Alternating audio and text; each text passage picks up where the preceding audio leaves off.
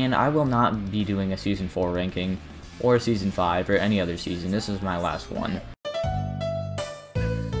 Well, yeah, that was a lie. I ended up doing this thing for Season 4. These videos are way too much fun to make, and it seems like a lot of other people like them. So I'm back with Season 4, and hopefully I can do Season 5. Season 4 is a season that is not as good as the first 3. It's not bad, but doesn't compare to the first 3 seasons. But let's start with number 38. In my last place spot is Squidward, and despite this being my least favorite season so far, this is not my least favorite episode. That would go to I'm With Stupid. But Squidward is still not a good episode. It consists of the citizens of Bikini Bottom being jerks to Squidward for no reason. SpongeBob creates a tiny Squidward because he won't play with him, but the tiny Squidward gets everyone's attention and becomes famous, and Squidward is still a loser to everyone, despite the puppet copying him. Also, SpongeBob is very dumb. Usually he can see when his friends are uncomfortable, but not here, which is just one of the many reasons why this is easily the worst of the season.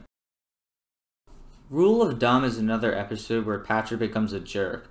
I know this is usually associated with modern SpongeBob, but it's honestly been a thing forever, which is one of the reasons that Patrick is not my favorite character.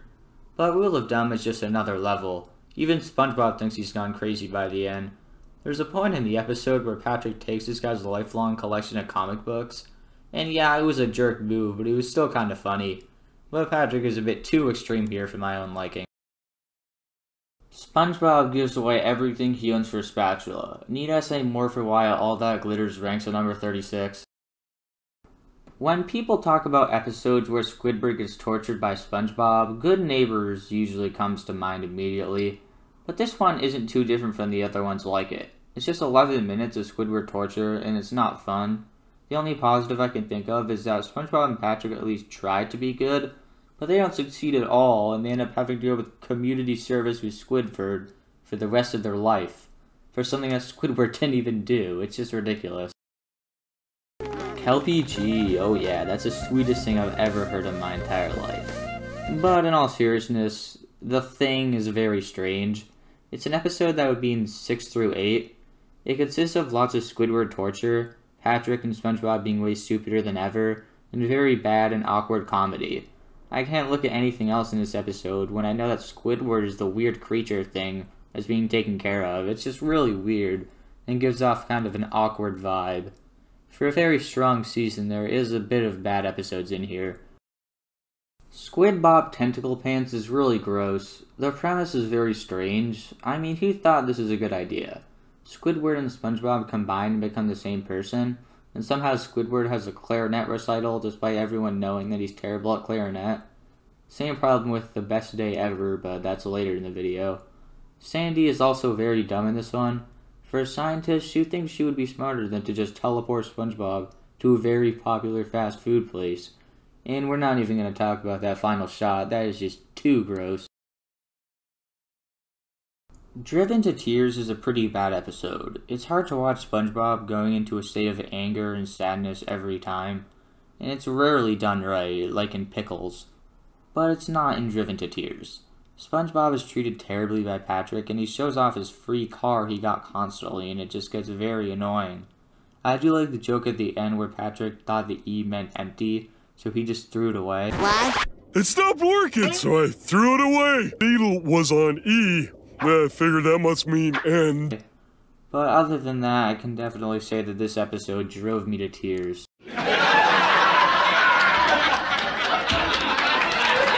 Funny Pants is an episode that I really do not care about. SpongeBob can't laugh unless he loses his laugh box, but he keeps on finding other things that are funny. Sounds kind of interesting, right? But then everything after that becomes completely forgettable, to the point that I watched this yesterday and still don't remember what happened. Like, come on, that should never happen in any TV episode, especially something as bizarre and wacky as SpongeBob. Once Bitten is such a dumb, stupid, and idiotic episode that is kinda entertaining. It's not good, but the fact that this whole thing starts from Patrick Star, someone who is considered the stupidest person in the town, made up a disease nobody in the town knew existed, and just completely believed it. And the fact that they all acted like zombies is so dumb. Yeah, this episode is very idiotic and stupid, but I can't say I wasn't entertained by it. That's No Lady is another example of this town's IQ being lowered by 100. All these people just accept a new person in the town that they've never seen before, who looks exactly like Patrick, sounds like Patrick, acts like Patrick, and is friends with SpongeBob. There's no way nobody pieced that together. It's also weird to see Squidward and Mr. Krabs to immediately start hating on Patrick, but I do think it's funny when SpongeBob immediately thinks the guy was an assassin when he had a briefcase. That one did leave me cracking up. Oh, a briefcase! He might be a paid assassin! Wigstruck is a very strange episode. The first part is just SpongeBob bullying, and then after that, they just all support the wig that everyone hated one day ago. It's stupid and it's very unfair to SpongeBob. It's an episode that should be at the bottom of the list, but the fact that a famous rock band called Ned and the Needlefish wore a wig like this and everyone in the town started to wear it is too funny for me to place it any lower. I mean, that just sums up SpongeBob's ridiculousness into just one scene, and it works very well. Next up is Gift of Gum. Gift of Gum is one of those episodes that is just gross. There's a lot of gross out humor with the big gumball, and they make it way more detailed than it needs to be. When Patrick ate the gum, it was disgusting and made me very uncomfortable. And especially the scene where there was people inside the gum, that always freaked me out when I was younger, and it still kinda does. There's not many highlights in this episode. It was gross, uncomfortable, but still had some funny moments and charm between the main cast. Most of the main characters come together at the end, which is always entertaining to see. But yeah, this one is not the best episode. The Lost Mattress is a pretty average episode. It's not terrible, but it's not very memorable. It had a lot of cool jokes, and it was consistently entertaining and creative. I didn't think any of the characters were that bad. SpongeBob had some very stupid and dumb moments, like when he didn't know why they called him worm bait, and it was out of character for him not to say that he was the one who really had the idea of the mattress. But this episode isn't that bad, and I could definitely watch it again. Shell of a Man is probably the most average episode in the entire season. The only thing memorable about it was Mr. Krabs' Navy friends. They were all great, and it would be cool to see them again later. But other than that, this is possibly the most mediocre episode of the entire series. There's really nothing to say about this one. It has a boring premise and doesn't really execute it that well, but it's not that harmful, and I could definitely watch it again. It's just really nothing to write home about. Number 24, Enemy-in-Law, is a pretty sweet episode, but most of my enjoyment was taken away because I knew exactly what was going to happen and how it would end as soon as the concept was introduced. Which isn't always bad, but for episodes like this, where we are introduced to new characters and different ideas, it takes away a bit of the fun. It's still not bad though, and it's pretty funny. And I like seeing Mr. Krabs kind of complain about it and act like a little baby. That was pretty funny. Chimps Ahoy is fine, but I have one problem with it. A big one that basically caused the entire thing. Sandy is a genius, a master inventor, and probably the smartest person in Bikini Bottom. But she never thought to show a bunch of monkeys her banana peeler? That always confused me when I was younger, and it still does. I gotta say, after seasons 1 through 3, Sandy's IQ is very inconsistent, and sometimes she doesn't even act like a genius. But outside of that, this episode is pretty average.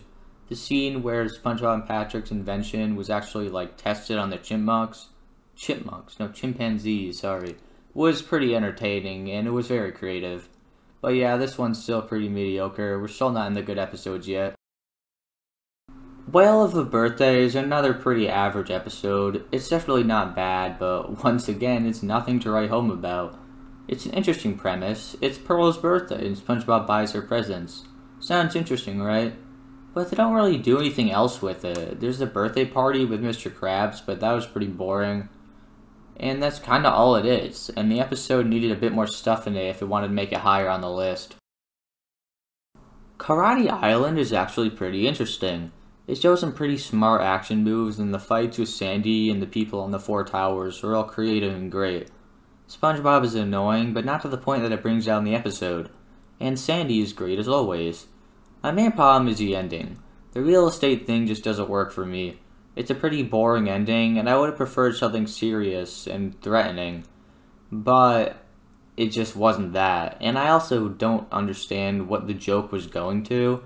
It's not really funny for older people, and younger people wouldn't get it at all, so that kind of confuses me. Born to be Wild is a pretty solid episode. It has a creative premise, some great jokes, and the characters are pretty good together. But I actually had the same problem with this one as I do with Karate Island. Instead of them being old men, I wish that they were actually wild ones, and we could have seen a fight or something interesting like that. It just kind of makes everything seem pointless. But it's still a solid and enjoyable episode. We are definitely improving as we're now in the top 20, so the next few episodes are actually pretty good. Best Frenemies has Plankton and Mr. Krabs working together to get a kelp shake, because everyone is drinking them and they want to find out the recipe. It's cool to see them working together and actually bonding, but that twist at the end is very creepy. That definitely haunted my nightmares when I was younger, so doesn't take away from a really good episode. I think this one is noticeably better than Born to be Wild, maybe just because I like the premise more. But yeah, this is one of my favorite episodes that has this premise of Plankton and Mr. Krabs working together. I really love the ending of the pink purloiner. I actually think it carries the entire episode. It shows that Patrick really does care about SpongeBob, despite sometimes not acting like it. I mean, he makes his jellyfish by himself made just for SpongeBob. That's pretty cool. SpongeBob gets a bit frustrating for not trusting Patrick, but I can see why. I mean, Patrick has betrayed him many times. And I think my favorite part is when the bus driver treats it as an everyday thing, and the idea that something happens like this every week is just hilarious to me. Hocus Pocus is an episode that seems like it would be from season 2 or 3. It's not amazing, it's just really good. It has good comedy, the characters are all great, and the idea is creative and unique. But in season 4, it stands out and becomes way more recognizable for me. I also like the Wizard of Oz reference at the end. I thought that was very funny, and it gave the idea of the wizard a nice SpongeBob touch to it. And the whole concept is just very funny. Squidward turns into an ice cream, at least so what SpongeBob thinks, so then he has to try and turn him back. I mean, it's just comedy gold. A New Leaf is an episode that started a SpongeBob trope, where Plankton pretends he's done trying to steal the formula, only for it all to be an elaborate scheme for him to get the formula. But the original definitely does it best. This episode is really good. It's entertaining, endearing, and has a lot of heart. Fleshing out Mr. Krabs and Plankton's relationship is something I never get tired of, and it's cool to see that they still enjoy their lives and what their relationship has become since the Krusty Krab opened. I think it's fascinating that they're both pretty satisfied with what's happening, despite Plankton never really getting his way. I really like the second half of Selling Out. The first half is mediocre and pretty forgettable, though when Mr. Krabs gets a job with the Krusty Krab again, it gets really interesting. It's cool to see that Mr. Krabs would still give up a lot to save his restaurant, because it's the second most important thing to him, besides money, obviously. And you can see how much he really cares for his employees in this episode. And he doesn't want them to work at the Krabby-O Mondays, because he knows they belong at the Krusty Krab. Also, Carl is one of the weirdest SpongeBob characters they've ever introduced, even if he's only here for one episode. Mermaid Man and Barnacle Boy 6, the original motion picture, is completely carried by the premise and concept of the story. It's the only Mermaid Man and Barnacle Boy episode in the season, and it's one of my favorites in the entire series. They could have executed it a tiny bit better. I would have liked some action scenes or Man Ray, personally. But it's still a really fascinating idea, and I love how Mermaid Man and Barnacle Boy still care about their reputation. And yeah, the Mermaid Man and Barnacle Boy movie, I mean, that just sounds awesome. And it's cool that we got a whole episode dedicated to it. Squid-tastic Voyage is a really good episode. It has possibly the most creative setting in the show, being Squidward's body, and it makes the most of it, using many clever ideas that would only be possible in this kind of setting. And I also love these four characters together. You don't see Sandy and Squidward too often, but when they're paired with a dim-witted SpongeBob and Patrick, it makes for tons of great jokes and moments. This is definitely one of the most memorable episodes of the season. Mr. Krabs, SpongeBob, and Plankton going to court doesn't seem like an episode that would be this high. But this one takes a stupid and wacky premise and uses it to its full potential. There are so many hilarious moments that leave me thinking about this one for a long time. When Squidward goes up during court and calls Mr. Krabs greedy, makes for such a hilarious moment because he just does not care about his boss at all. Can you tell the court of some instance of Mr. Krabs' generosity in any way? Nope. Can I go now? 1 day off in 3 years and I have to spend it testifying? And the lawyer slipping on the water is hilarious because that's the thing he's trying to defend Mr. Krabs for. This one has always been one of my favorites in this season. Patrick's Smart Pants is this high simply because it's such a creative and interesting idea. SpongeBob characters turning into the opposite of what they are has become a running theme, but this one is the only one that I think is great. I think it's really cool to see Patrick like this and how everyone else reacts. I also think it was sweet when he tried to turn dumb again just to be with SpongeBob again. This one has some great moments and just barely misses out on the top 10 for me. There's no way anyone can dislike this shark from Mrs. Puff You're Fired. He completely brings this episode to the top 10. The voice acting on this guy is so good, and it kinda gives me Man Ray vibes. Of course, he will never be Man Ray, but he's still a great one-episode character that completely carried an episode. Not to say the rest is bad, it just gets lifted by this guy. I still think this episode is pretty interesting. I love the Flying Dutchman, so an episode like Ghost Host where he stays in SpongeBob's house is obviously going to be great. And my god, the visuals look so good. Yes, they're gross and disturbing, but that just adds to the premise of a ghost staying in someone's house. A lot of people don't like this one, but I can't ignore the creativity of the stuff that the Flying Dutchman did to SpongeBob, and how fascinating it was. It definitely left me entertained. Bummer Vacation is an episode that stays consistently great throughout the entire runtime. It doesn't have anything that you remember the episode for, except maybe the toy joke with SpongeBob when he goes home, but despite the lack of recognizability, it is still funny, creative, and I was entertained the entire episode. Fear of a Krabby Patty is way better than number 8. It focuses on a pretty dark subject, which is overworking, and it does it pretty well. It really shows what being in a job and doing the same thing over and over again with no breaks can do to you. It can drive you insane, and it shows that you really do need breaks to stay functional.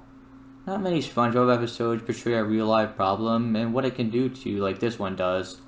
Also, how could we forget this one? Right here. In my heart? Actually, in your arteries. Now do me a favor and wake up. I've already talked about how I love seeing Squidward happy, and Skill Crane is an episode just like that. Squidward needs to beat a crane that was put in the Krusty Krab, or else he will go insane. But he already did after only 1 day with the crane in the restaurant. And when he beats it, it is so satisfying, and one of the best moments in the entire season. This episode also focuses on a real-life problem, which is being so obsessed with something that drives you insane, and it handles it very well, just like Fear of a Krabby Patty did. Best Day Ever opens off my top 5. The reason this is so high is because I love the genuine good vibes you get watching it. It puts you in a great mood and you feel like you are going to have the best day ever. Even if SpongeBob didn't have his best day, he made everyone else around him way happier. And on a less cheesy note, this episode has so many funny moments. I love when Mr. Krabs just straight up says it's not about you, it's about us. It's just so straightforward and I love it.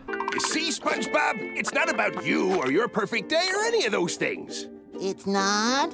No! It's about us. I also love how SpongeBob doesn't even tell the ticket guy he's on the VIP list. He just tries to bust in. This one is a great episode. I don't have as much to say as I did for Best Day Ever for my number 4 pick, Wishing You Well. It's hilarious, it doesn't have heart, it's just very funny. There's at least 5 moments that made me laugh so hard in this episode. That when Patrick and SpongeBob thought claustrophobic meant being afraid of Santa Claus was definitely the funniest moment. What does claustrophobic mean? It means he's afraid of Santa Claus. No, it doesn't. Ho, ho, ho! Stop it, Patrick, you're scaring him! I also like the song. It wasn't that long, but it was funny and entertaining. Overall, this is a great episode, worthy of being in the top 5. Krusty Towers is still a classic Season 4 episode, just like Wishing You Well. This episode is absolutely hilarious. It's funny when Squidward isn't having his way, and it's funny when he is having his way. They both have hilarious and iconic moments in them. And this episode is also very creative.